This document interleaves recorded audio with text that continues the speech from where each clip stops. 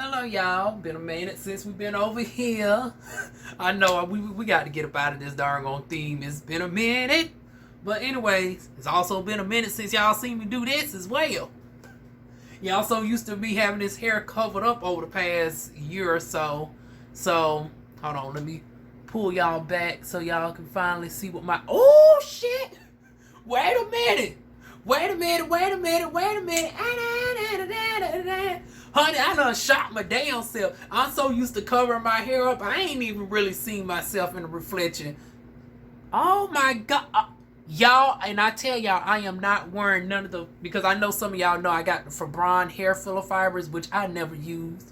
Because it's like, if I decide to cut my hair short, then I can justify using the filler fibers, but I do not wash my hair every day. And it's like, I like to, moisturize my scalps and stuff. I got to use my daily Minoxidil, so I was like, using the fibers, because it will all get, I get that ink residue on my hands from putting the stuff on every day. But yeah, y'all, this is what my hair is looking like. Oh my freaking goodness. Oh my goodness. When I tell y'all I am shocked my damn self, because I have been hiding my hair so much that I have not even really paid attention to my hair. I actually got my hair... Let me tell y'all how, for all the new folks that are coming in, and ignore the lip, y'all. For y'all that follow me on my vlog channel, I've been very sick, still recovering, suffer from Crohn's disease. I had canker sores, all over that. It was just a nasty sight. So this is the remnants of it. Then, of course, I got the shave. But on the transitioning update, this is what my hair looks like now. Oh, I'm getting a little bit of bumps again here and there, but they're not necessarily pseudophyllicitis bumps. They're more like, sporadic bumps that I can easily hit with the high frequency. I'm also an esthetician, so I'm able to do my own high frequency treatments and whatnots. This is 2 weeks worth of hair growth. So I've been on hormones now, HRT, since May of this year. I started out my first 3 months on the estradiol 1 milligram. I'm still taking the spironolactone.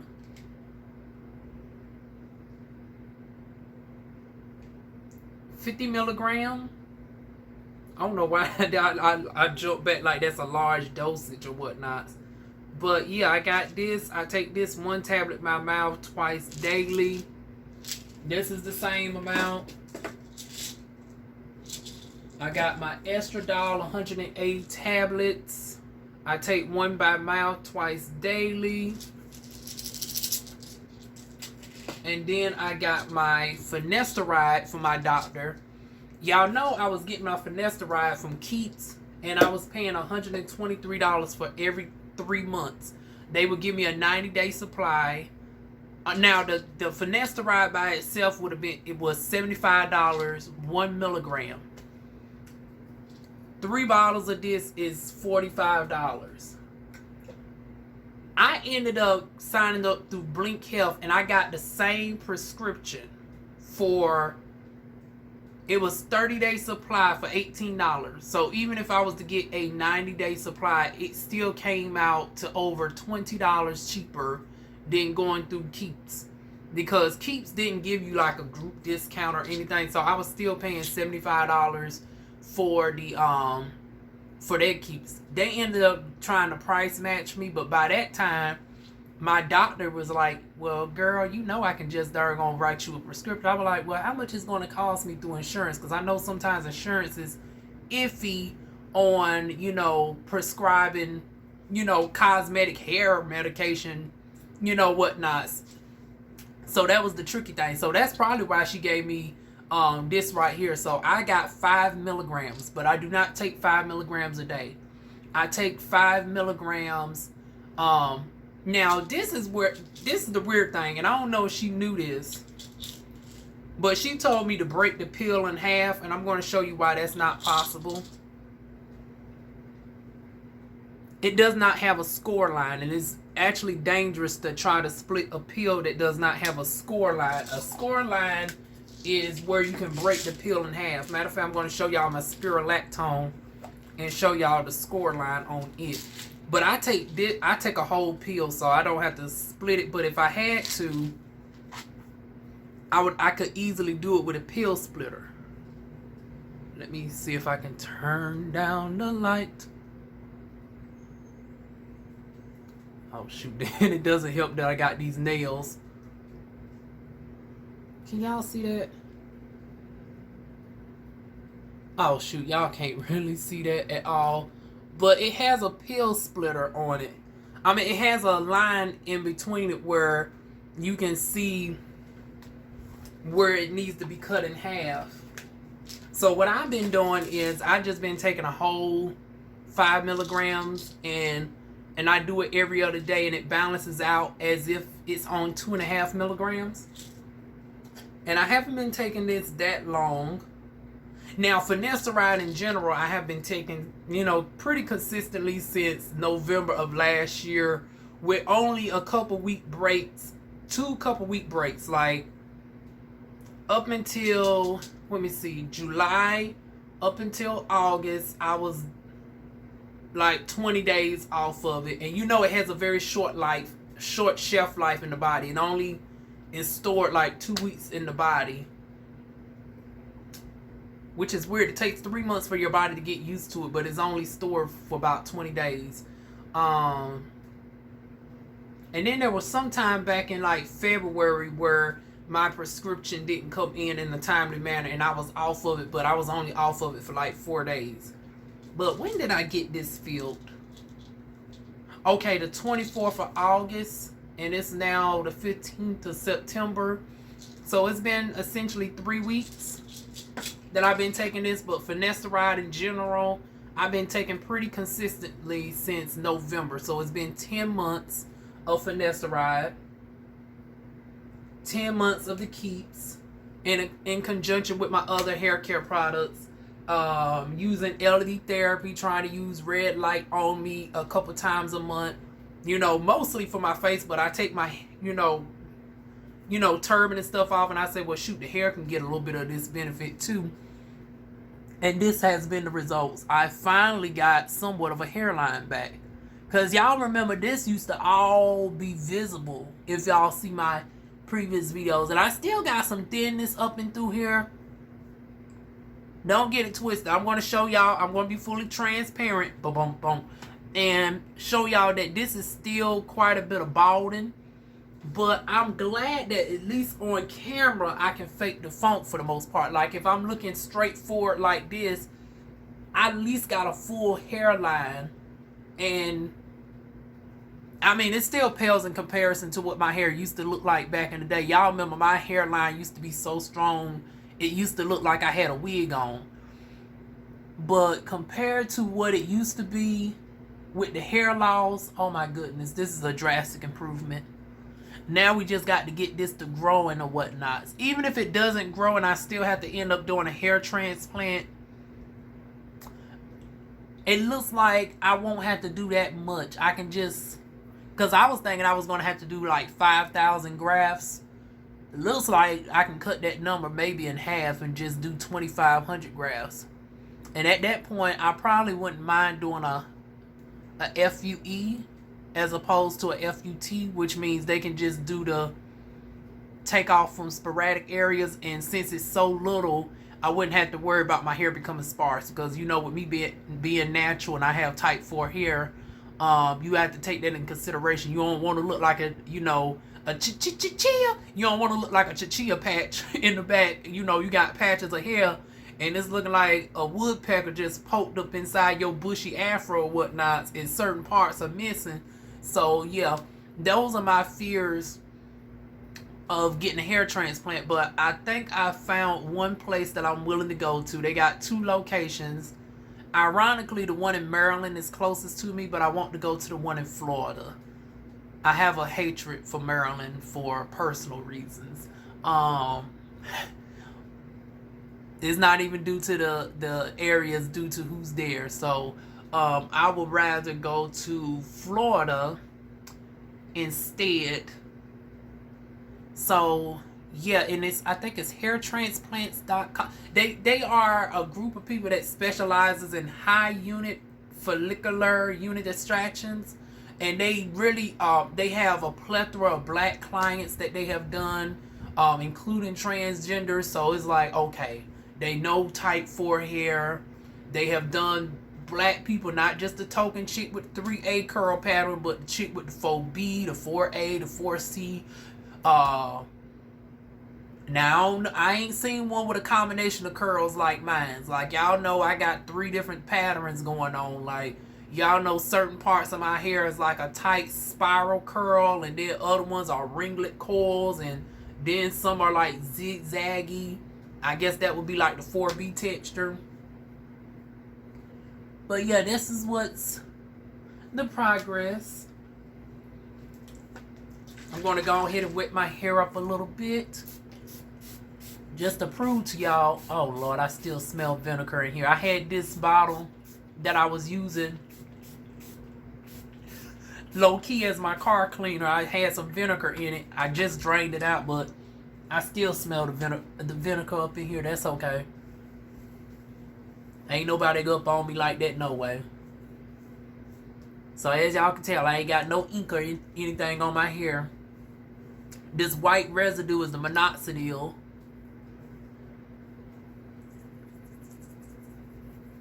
Y'all see how the whiteness of the Minoxidil stains my hair and scalp over time? That's the only negative thing about taking the Minoxidil on the scalp. And I didn't want to do it orally because it's like, goddamn, I want to have some sort of sex life. The Spirulactone, the Finasteride is already, and the estradiol is already working against me in that area. So I said I don't want to take the oral Minoxidil. And also the oral Minoxidil can be counterproductive as far as the hair loss, because it can induce hair growth in other areas if you take it orally. And it's like, honey, I am enjoying the benefits of seeing less hair grow on my body, as the hormones are starting to take in. But anyways, I am still using Easy Root. As far as I know, you still can't get them on no sort of website. You got to go to your beauty supply store and hope that they have it. It smells like some sort of cookie. It has like a almondy cookie smell. But I love this darn on stuff. It costs a cute coin. I want to say this is like $24.95, but a little bit goes a long way. Y'all see that little bit amount? I just put it in my hair like so. During the off days, because I got into the point where I no longer use the Minoxidil every day.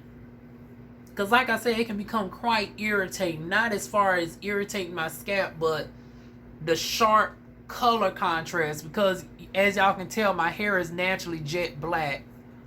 So any bit of color on it is going to stand out in drastic comparison. So you can see every bit of whiteness inside, and it gives the illusion that, I'm graying which I'm not. I only got like a couple strands of gray hair on the sides. That is it.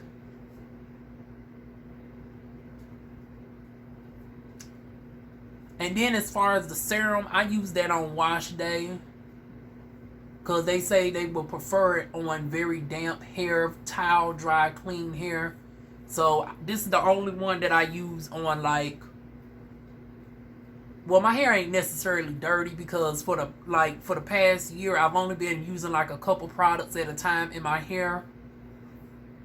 And then I don't really reapply products like that. It's like on wash day, whatever I put in my hair, that's what's going to stay in my hair for like 2 weeks. And thank goodness I have low porosity virgin hair, so I'm able to get away with doing that. Versus if I had highly processed or color treated hair, I would have to layer products on my hair like every single day. Okay, going to put a little bit more up in the scalp area.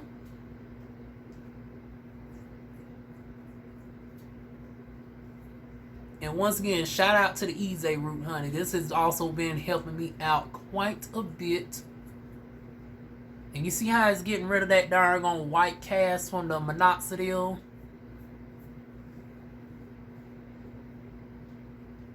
This alfalfa situation. Hopefully this part of my hair can start growing a little bit more. That's where it's at right there.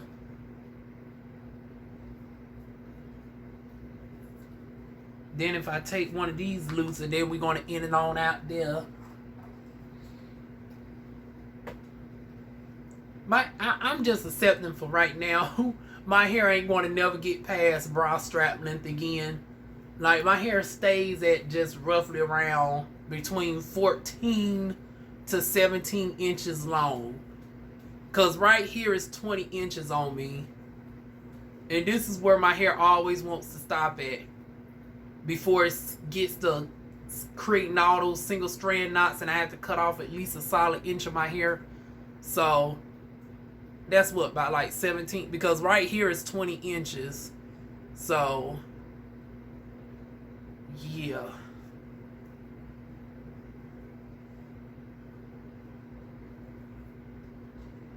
And I don't like doing the single strand because some parts of my hair is naturally layered, so I think it's a little bit deceptive if I do like certain parts of strands, because if I do like a little teeny tiny strand, then I can easily get right here. But then when I put the bulk of my hair together, you can tell the bulk of my hair this is how it falls, versus, you know, getting little teeny tiny strands. So this is why I check my hair like this, as opposed to getting, let's say, like a, let me see, like a very teeny strand like this and stretching it all the way down. Because see, if I stretch it all the way down like that, it then does come to here. But if I get the bulk of my hair,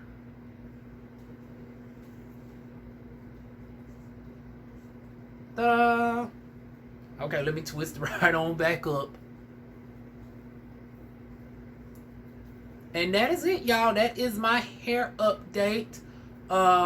Whenever I get my finances back in order, y'all know DivaWuan has been going through a challenge right now. If y'all been following my vlog channel, we plan on eventually doing something with this hair. It's been 10 years and I ain't never done nothing to this darn hair. So I would like to play around with some color and stuff before finally cutting it, because I'm now to the point, as I get ready to turn, maybe that will be the final, maybe that's what I will actually do for my 30th, is finally doggone do the chop. Do the chop for my 30th.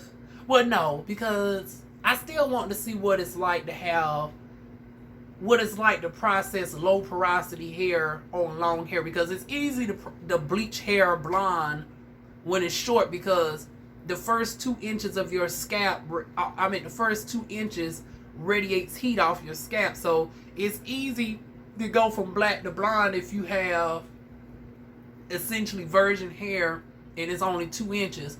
I want to see taking black to blonde all the way on this type of length of hair.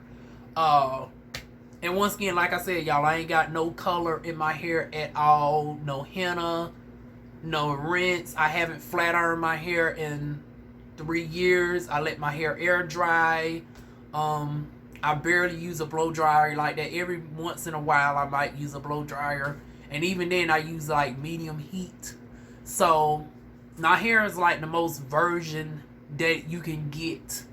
So like I said, I want to see an experiment. And hell, I'm going to put it back underneath the turban anyway. So it's like, even if I jack up the color or whatnot, nobody's really going to see it. And I can't really do what I want to do because of the fact that I got this whole situation missing. So it's not like I can play around and put color all the way up to the root. So I would have to leave all of this dark for it to make sense. So yeah, it would be like more so like a sharp line of demarcation, because like I said, I want to do some very bright colors. Like I want to take it all the way blonde, and then I want to show y'all different tones of blonde, and then a pop of color, and then we can go ahead from there and cut it on off. And in that way, by the time I get to the hair transplant, it won't be such a shock to me. Because y'all know the folks at the hair transplant, they don't be giving a damn. They just be going at your doggone shit, and it's like, well, hell, I ain't trying to look like doggone Sideshow Bible, but it's like you might as well cut all of it off. But you know, they just cut the donor area off, and then they just have you looking awkward. It's like, okay, I got all this hair over here, and then all this missing in the back. It just look like you just snatched a whole piece of lawn off of my darn scalp. You got this whole block missing. And then with my hair texture, I can't necessarily finesse it and cover it up. See, white people, when you got darn long, you know, stringy hair, or any race of people who have like long, straight hair and they just cut off a block, y'all can finesse y'all stuff. Y'all can flip y'all stuff over, and people won't necessarily notice. But see, when you have black hair, it's like, oh no, see, you might as well just cut it all off and let it grow back in. Because we got to think about the fact that some of us got different hair textures on our hairs, and you know, the way that it falls in certain areas, like the 3C of my hair doesn't shrink up the same way that the 4B does. So my cut has to be done in a very specific way. So it's like, when we get to the hair transplant, let's just bring everything bald so everything can grow in cohesively.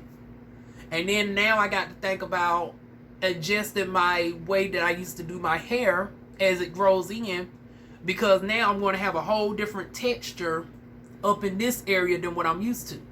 Because I was so used to the 3C up in this area, but if they take them from here, and see, this is stuff that is not talked about, because we're so used to people just having universal curls all on their head. It's like, you know, now I got to get acclimated to, you know, more tighter texture being up in this area. So as my hair grows in, it's not going to look the same as it was before. Unless somehow my hair genetically modifies, which I don't think it does that. I could be wrong. But see, these are questions I'm going to ask. It's like, you know, would my texture still be the same? Like, if you taken from this area, which is dominantly 4A, is the curl pattern still going to be 4A, or is it going to start trying to mimic the 3C that is remaining in the area? Those are the questions that I want to know. Hell, preferably darn on the 4A, because then I would have more of a universal curl pattern. Because it's more easier to deal with your hair when it's more of a universal curl. So hopefully it's the latter, that it would take more so just the 4A pattern, and I just have like a 4A, 4B all over, versus dealing with 3 different curl patterns. So hopefully it might deal with that as well, because like I said, the 3C of my hair will always be the most frizziest. Like, it was the most curliest of my hair. Like, it had the most defined curl, but it was the pattern that always gave me the most trouble with trying to maintain the curl pattern, because it was like I couldn't put nothing too heavy on it, but at the same time, for the other parts of my hair, I would have to put a gel on it. But for like this part of my hair, I can get away with more so like a light souffle. So then I had to mix and match products. So a hair transplant will actually, I'm imagining, will alleviate that stress off of me as well. Because if all my hair becomes predominantly type 4, then I can just slap gel all over or whatnot, as opposed to, okay, let me put a little bit of light souffle on this curl pattern, and then the rest of it, let me go ahead and put the heavier gel. But time will tell, y'all. Time will tell. But anyways, y'all, this is the update. Y'all give me y'all thoughts. Feel free to like, comment, share, and subscribe. And I will see y'all soon with more videos. Mwah.